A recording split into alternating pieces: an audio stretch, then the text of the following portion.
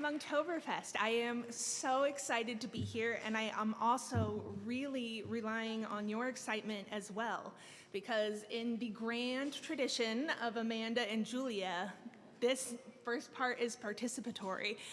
It's really easy.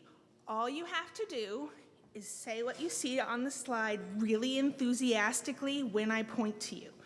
And I also wanted to just let you know that this next part, like the presentation absolutely peaks right here. I commissioned these. I'm very excited about them. I hope you love them. So here we go. Ready?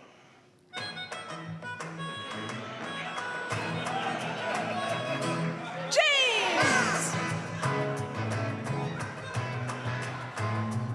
Steve!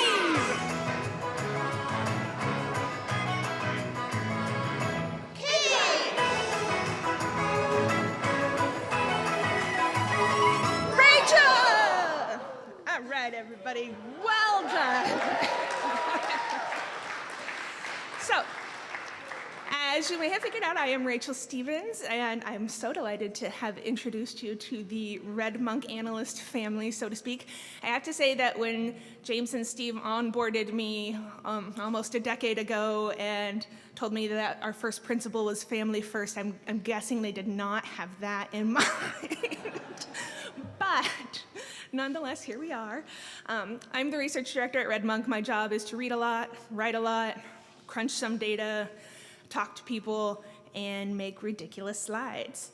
And today's ridiculous slide deck is about Bluey. And I think if you talk to any parents of young kids in the room, you will probably hear that there is a lot that we can learn, not just our children learning from Bluey, but we as parents also can take a lot away from Bluey.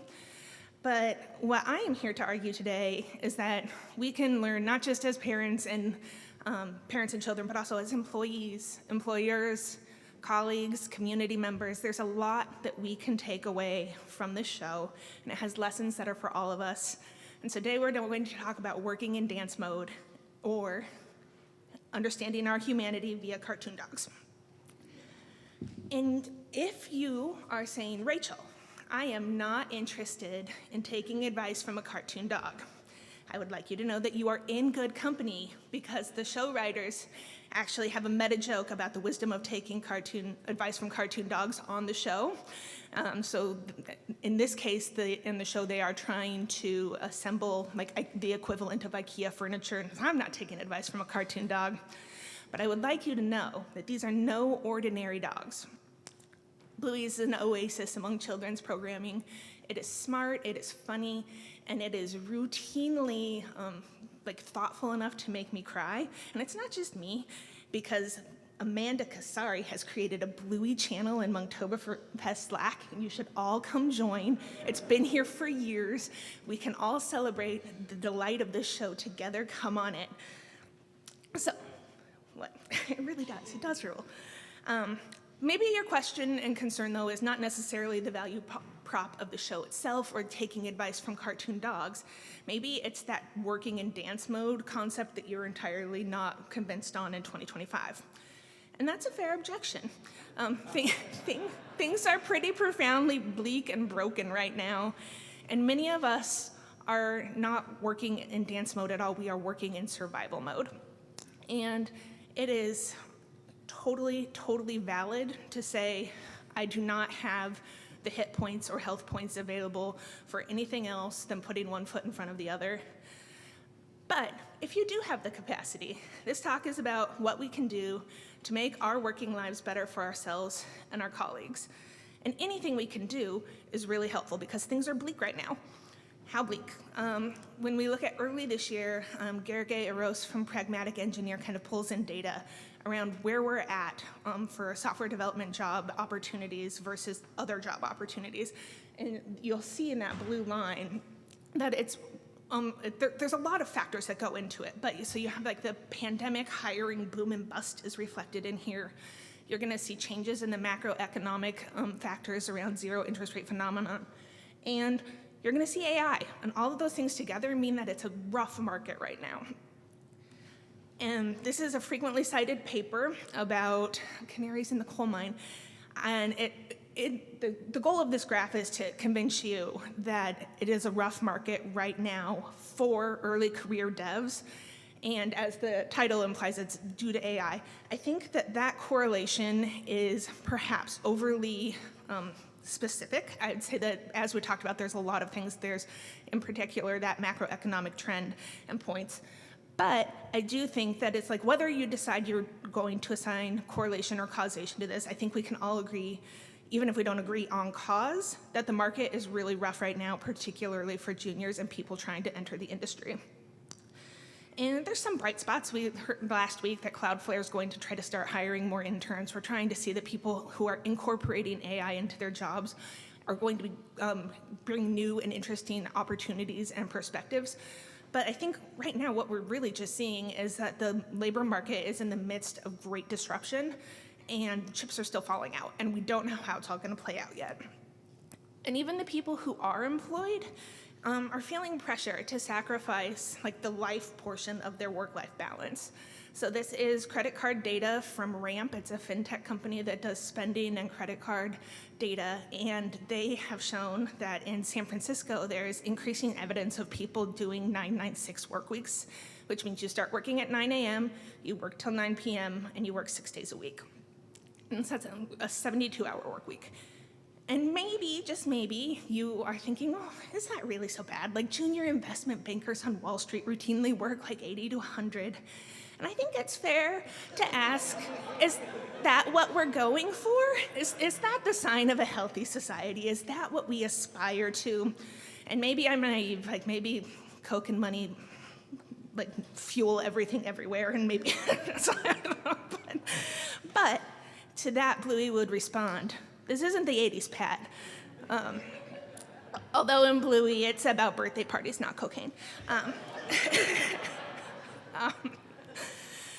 But back to 996, like, it exacts a huge mental and physical toll to devote your entire work. Like, it's already hard to work, and devoting that much of your life to work, it's hard, and it disproportionately impacts small groups in our community. So in Bluey, they say Pomeranians are a small but hardy breed. The human equivalent of that is being a 20-something with no health issues and few personal obligations, where you can just give your life to the company. It's ageist and it's ableist. There's a lot of people out there who are not able or willing to do that for health reasons, for family reasons, for all kinds of reasons. And so 996 is an issue not just because it burns people out, it's an issue because it narrows who's able to even participate in the workspace to begin with.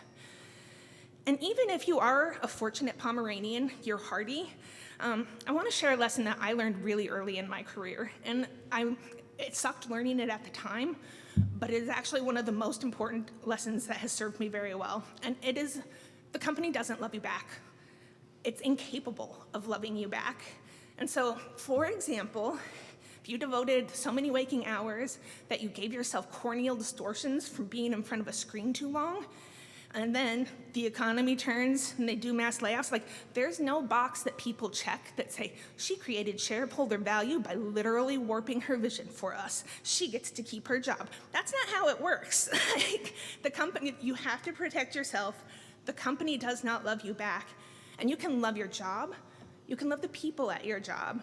You can be fortunate to work for a place that is more ethical than others, work for managers who are more caring than others, work for a team that is tighter knit than others. All of those can be true, and none of that changes the fact that the company cannot love you back. And it's really worth embodying that in your soul as you're thinking about what sacrifices and choices you're willing to make in your career.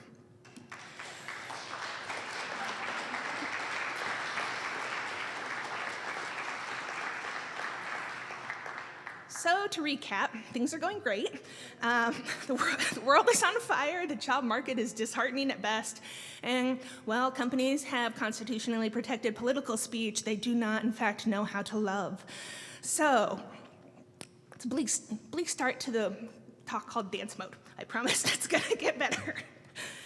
Because in Bluey, what we learn is that your legs don't get as tired when you're having fun. And I think that there's a lot that we can do as an organization of just humans, not relying on our companies, but on ourselves to bring moments of joy, lightness, and just levity into our work. We need to find our metaphorical dance modes. We need to turn grind into play when we can. We need to find places where we can spark energy and connection with each other. And we need to remind ourselves that we are human, not productivity machines. And so this starts with the proletariat serenity prayer. We have to think about what in our culture is actually available for us to change. So there's gonna be some things that you cannot change. Like you can't change your founder's politics or who they decide to take selfies with. That one's out of your control. There are some things that you might be able to change. Like if you think back to Joe Hildebrand's wonderful talk yesterday on the Rasky model, and like, are you able to be consulted? Are you able to actually exact some degree of feedback into a process? Maybe you're privileged enough to be in one of the positions where you can give input, not just be informed. That's a process that hopefully you, at least in some scenarios, have some chance to do. But even if you're not there, you can also influence things as a group. Sometimes it does not require being unionized to have collective impact if something is unfair or unjust. So we can also push back on things that matter to us a lot. And then there are things that are just directly in your control all of the time. Thinking about agency, you have the ability to control the tone with which you communicate to your colleagues. You have the ability to decide when you're going to apologize. You have the ability to decide whether you're going to hoard information or disseminate knowledge. You have the ability to think about what your boundaries are and how you're going to communicate them. You have an ability to decide how you recognize and celebrate your peers. And you have the ability to decide when you're going to grant someone grace versus when you're going to require accountability and where that balance point lies. All of those things are within our control, and all of those are huge elements of what actually ends up making culture come together in an organization. The caveat here is that you don't control when all of those things are reciprocated back to you or whether they are rewarded in your organization. And a huge cause of burnout is unilaterally caring about something. So this is where we're gonna get into like agent, or if I was on TikTok, I think it would be like I have free will. You have free will to decide whether or not the things that you value are things that are also being valued by your company, and you can make choices accordingly. And the other thing was, it's just true every day, all the time, is that you have the agency to choose how you decide you're going to treat other people. And that's something that is really important in 2025. But beyond just the culture of our organization, let's think about what are the crucial elements of job satisfaction. These are some of the ones that I think are really common across wide groups of people. Do you have autonomy in how you work? Do you get variety in what you're doing, or is it really monotonous? Are there opportunities for learning and growth? Do you have connection with your community and with your colleagues and peers? Are you feeling recognized and appreciated? Is feedback given from a position of psychological safety? And do you feel purpose and meaning in what you're doing? So some of those common themes, we're gonna dive into some of these more specifically. Moments of control, I wanna talk about autonomy, variability, and learning. At RedMonk, we talk about engineer autonomy a lot, and we use the phrase the new kingmakers to talk about how developers have an increased ability to make choices in the tools and ways that they work. A lot of the times this gets misinterpreted as like giving developers unfettered access and ability to do whatever they want, and that's not what it is. It's about having increased power to make day-to-day choices that both shapes the future of technology, and it also increases the developer's happiness in the process. Which means, as someone who is in a leadership position, you ignore developer happiness at your peril, because developers both are incentivized to make themselves happy, but also are continually helping define the direction of our industry. And so you need to create a system of guardrails where obstacles are removed, rough edges are smoothed, and doing the right thing becomes the easy thing, so that your developers can work efficiently and that you're honing that developer happiness into the actual activities and actions that you want your developers to be taking. As a leader, that can be really hard to do. It is a fluid system. It requires, again, I'm gonna point you back to Joe's talk yesterday about the importance of management and metrics and how hard that is to get right. And these are really difficult leadership skills to actually be able to hone and do well, but it's worth doing. And then I wanted to close this section with the thought that autonomy without respect is negligence. This is not just about turning things over to people and assuming and hoping they do the correct thing. You have to have those feedback systems, accountability systems, and the ability for people to understand what it is they're working towards and whether they're doing things that actually matter and are working the right way. Okay, autonomy. Let's talk about variety. Variety is the spice of life, as they say. Avoiding monotony helps our brains not go numb. It helps us if you're going through the thing and it feels like you're answering the same ticket all the time, you're having the same stand-up every day, you're never getting through your roadmap, everything's all, it's like, all of that really drags on you. And so we need to have the ability to have variety. It fuels our creativity, it sparks new ideas, brings new energy. All of those are important. But the other thing that's really worthwhile for both employer and employee is that it makes teams less brittle. So if you're an employer and you're thinking about variety in terms of things like cross-training or making sure that your teams know how to back each other up, know how to do different tasks, that's amazing for your team because it makes you more resilient. And as an employee, if you're thinking about where are the things that are possibly going to be most automated or most at risk of being automated away, that's the tedious things. So you want to have monotony, or you want to make sure that monotony is not defining what you're doing day to day, that you're bringing the things that add value, that you know lots of different things, and that you can apply this broad context to what you're doing, because it's understanding that context that is increasingly the important part of having a tech job. And then I think I feel very confident speaking for all of RedMonk when I say that we love Leah McGowan here. I recommend you go find her last talk. 2025, talking about learning in 2025 can feel fraught, as we learned this morning, because there's a lot of just moral objections, there's a lot of confusion on what does it mean to acquire new skills in an age of AI.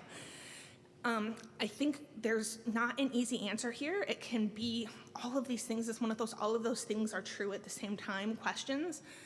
But I think this was a talk or a quote from Leah earlier this year at Salesforce TDX, and she said, "Tomorrow's jobs belong to today's learners." And I really do believe that, because technology does not slow down for our comfort.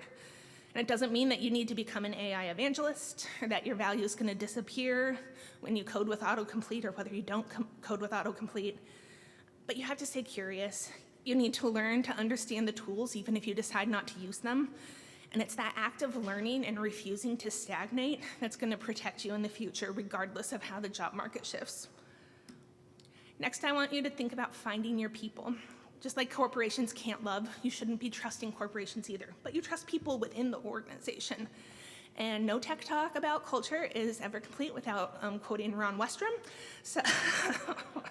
So I'm not gonna do the whole pathology, bureaucratic, generative table, but some of the key takeaways that we should all be aware of is when you're looking for people that you can trust in your organization, these are the things you look for.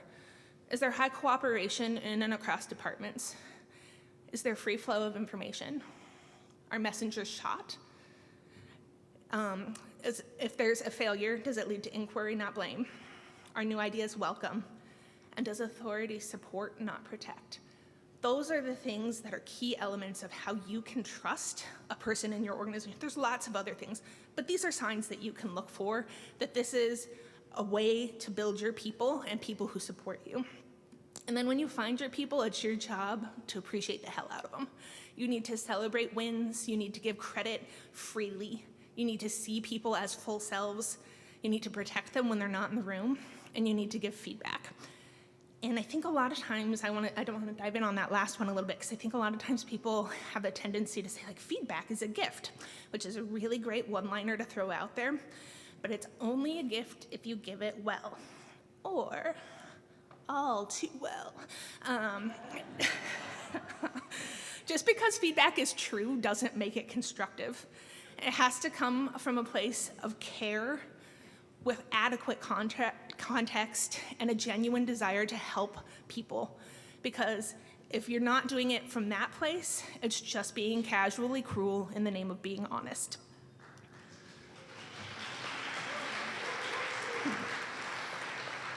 And then last, I want to talk about redefining growth, because I think historically when we think about it, we think about Growth is coming from climbing the ladder at work. It's a complicated one, especially when we start to get into engineering contexts where people want to talk about like IC ladders versus management ladders. Like all of those things complicate it more. But really what I want to talk about today is like when we're kind of talking about that agency and control, is beyond promotion and title changes, what does it mean to find growth within ourselves in this age? And I think one of the things that I love in Bluey's is the episode of Baby Race, where they are learning about kids basically picking up life skills faster than other kids. And one of the moms who's panicking that her child is not developing quickly enough has another mom tell her, like, you're doing great. And that's the version of growth that we need in 2025. Growth doesn't mean that we're racing our peers. It doesn't mean that we are climbing that ladder. It doesn't mean we have a title bump every 18 months. But I think we need to think about internally when we're thinking about things, growth that is measured in terms of persistence, in showing up, in learning, giving the best of yourself to your colleagues whenever you can, and then reminding each other that we're doing great. This is hard. It's a hard market right now. It's difficult, as Bingo would say. Burnout is real. Sometimes the only thing that you can do is just keep putting one foot in front of the other, but you have agency. You can create micro moments of control, you can find your people, and you can redefine growth. And yes, I am sorry, I'm trying to teach you something, and maybe you do just want ice cream. Everybody does.